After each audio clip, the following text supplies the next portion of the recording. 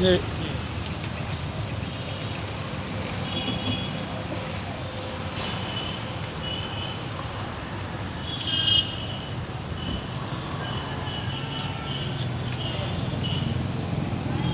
गजरा न बनो और साधो सवर्ण लो भारत को, अपने घर के कुदरा न बनो। कुदरा, कुदार में जो बेट लगता है।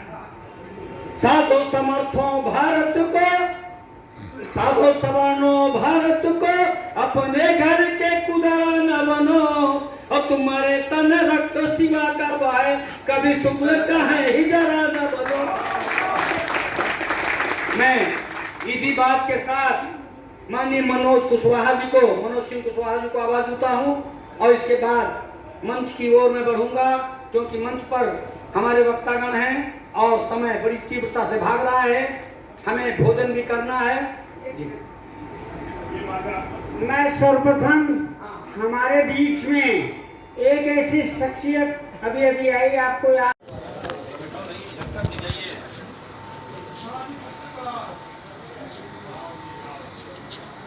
जय क्रांति तय क्रांति आरक्षण मुक्त भारत अभियान में लखनऊ पधारे सभी बड़े भाई बंधुओं का हार्दिक स्वागत अभिनंदन है।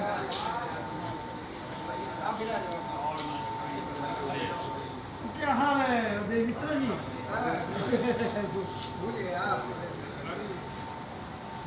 बूढ़े हुए हैं।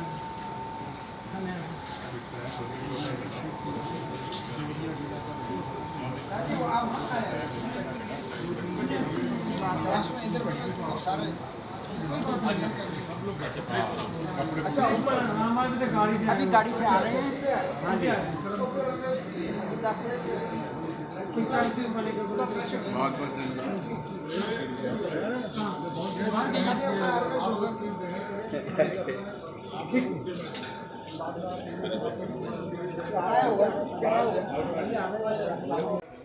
हमारे सहयोग में बैठे हैं, मैं आप लोगों को दिल से नमन करता हूं, वंदन करता हूं। और यहाँ आया हर व्यक्ति, जहाँ तक मैं सोचता हूं, वह इंसान नहीं, केवल इंसान के रूप में नहीं, एक देवता के रूप में बैठा जिसकी इनको पूजा करनी चाहिए। क्योंकि यह लड़ाई सवर्णों की केवल नहीं है। अगर हम ये सोचते हैं कि हम अपने लिए लड़ रहे हैं केवल, तो ये लड़ाई केवल मेरी नहीं है। मैं उन दलितों के लिए लड़ रहा हूं जिनके घर आज तक आरक्षण का जो पिटारा खोला गया है, इसका एक अंक भी नहीं पहुंचा है। उनका बेटा जब हाई स्कूल नहीं पास होता है तो इस आरक्षण का लाभ कैसे उसको मिलेगा? सच्चाई तो ये है, ये आरक्षण की नींव केवल अंग्रेजों के इशारे पर पड़ी है। आज भी अंग्रेजियत के लोग ही इस आरक्षण का लाभ ले रहे हैं। हम उस अंग्रेजियत का विरोध कर रहे हैं, हम दलित का विरोध नहीं कर रहे हैं। बहुत सही, बिल्कुल।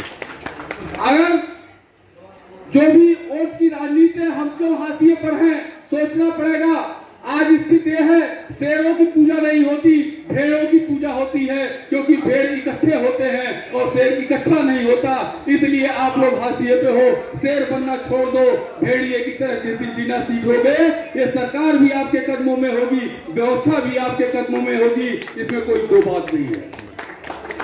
अभी भाई साहब ने बात कहा कि सारे लोगों को इकट्ठा होकर इस लड़ाई को आगे लड़ने की जरूरत है। मैं उसका एक छोटा सा मिसाल हूं। जब मैं पार्टी से अलग हुआ, अकेले था, आप लोग हमारे साथी थे।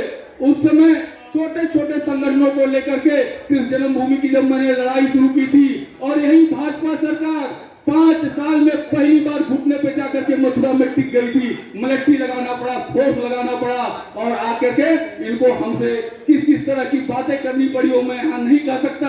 अंतिम में 11 दिन के लिए हमको जेल भेज देना पड़ा। ये थी संघर्ष करने की ताकत, और वो ताकत मेरे अंदर नहीं थी।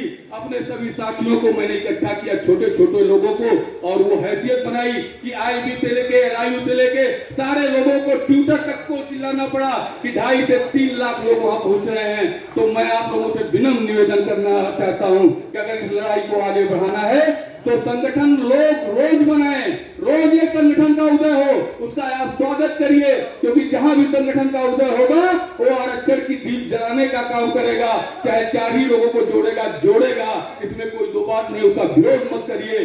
जैसे अरुणेश जी ने जो लौ लगाई है, मैं अरुणेश जी का तो क्या कहूं, ऐसा योद्धा अगर 4 मुझे मिल जाए। क्रम का आना जारी है। मांग हमारी पूरी हो चाहे जो मजबूरी हो। हमारे तमाम वक्ता साथी कश्मीर से कन्याकुमारी तक अपनी अपनी उपलब्धियों को भी बता जाते हैं।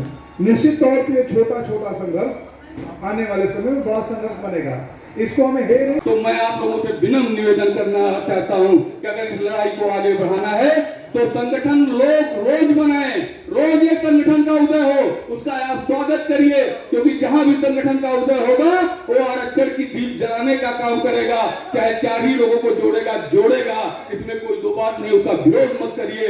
जैसे अरुणेश जी ने जो लौ लगाई है, मैं अरुणेश जी का तो क्या कहूं, ऐसा योद्धा अगर 4 मुझे मिल जाए तो मैं पूरे लखनऊ में आग लगाकर दिखा दूंगा। लेकिन अफसोस की बात है कि हम इतने लोग बैठे हैं, ऐसे 4 योद्धाओं को जुड़ा करके हम लखनऊ को जब चाहे तब अपने कदमों में गिरा सकते हैं। जिस तरह मेहनत अरुणेश जी ने किया है, हमने अरुणेश जी से कहा था, अरुणेश जी अगर संसाधन होंगे, क्योंकि देखिए भाई मैं तो हिंदूवादी हूँ, आरक्षण का विरोधी मैं हूँ और सदा से रहा हूँ, कमलेश जी भी रहे हैं, क्योंकि एक चीज अंतिम बात मैं जो कहने जा रहा हूं इसको बहुत ध्यान से सुनिएगा, जो अपने माँ बाप का नहीं हुआ, अपने भाई का नहीं हुआ, अपने कुल का नहीं हुआ, वो कभी भी इस धरती और इस देश का नहीं हो सकता, इसको हमेशा याद रखिएगा। अगर हमको कोई इस बात के लिए, अगर मैं ब्राह्मणों की बात उठाता हूं, अगर मुझे कोई जातिवादी कहता है तो उसको जूता निकाल कर मारने की जरूरत है, क्योंकि जातिवादी वो होता है जो दूसरे का हक छीन के दूसरे को देता है। मैं अपने बेटे को अगर अपना हक देता हूं तो मैं जातिवादी नहीं हूं, मैं अपने हक के लिए लड़ता हूं, यहाँ जातिवाद नहीं है। अगर तुम्हारा हक छीन करके अपने भाई को देता हूं तो जातिवादी हूं। तो सबसे पहले अगर मैं अपने कुल का नहीं हुआ, अपने परिवार का नहीं हुआ, तो कभी भी समाज और इस देश का नहीं हो सकता। जो लोग आज ब्राह्मण का विरोध करते हैं, जो लोग सवर्ण का विरोध करते हैं, वो चाहे ब्राह्मण हो, सवर्ण हो या यादव हो, कुर्मी हो, आज दलित व्यक्ति किसी को बख्शने वाला नहीं है।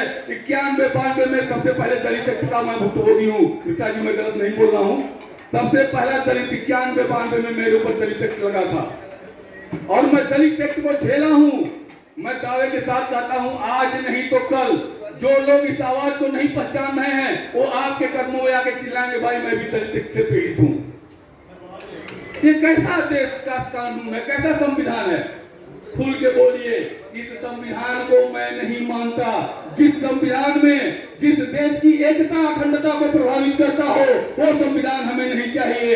हमें अपना संविधान चाहिए जो हमारे देश के लिए और हमारे लिए खड़ा होता हो। ऐसे संविधान की जरूरत नहीं है। मुझे अम्बेडकरवादी संविधान की नहीं जरूरत है। मुझे आज संविधान की उस संविधान की जरूरत है जो गीता से निकलती है, रामायण से निकलती है, उस संविधान की जरूरत है। इसी के साथ मैं अपनी बात को विश्राम देता हूँ। आप सबको प्रणाम करता हूँ। धन्यवाद।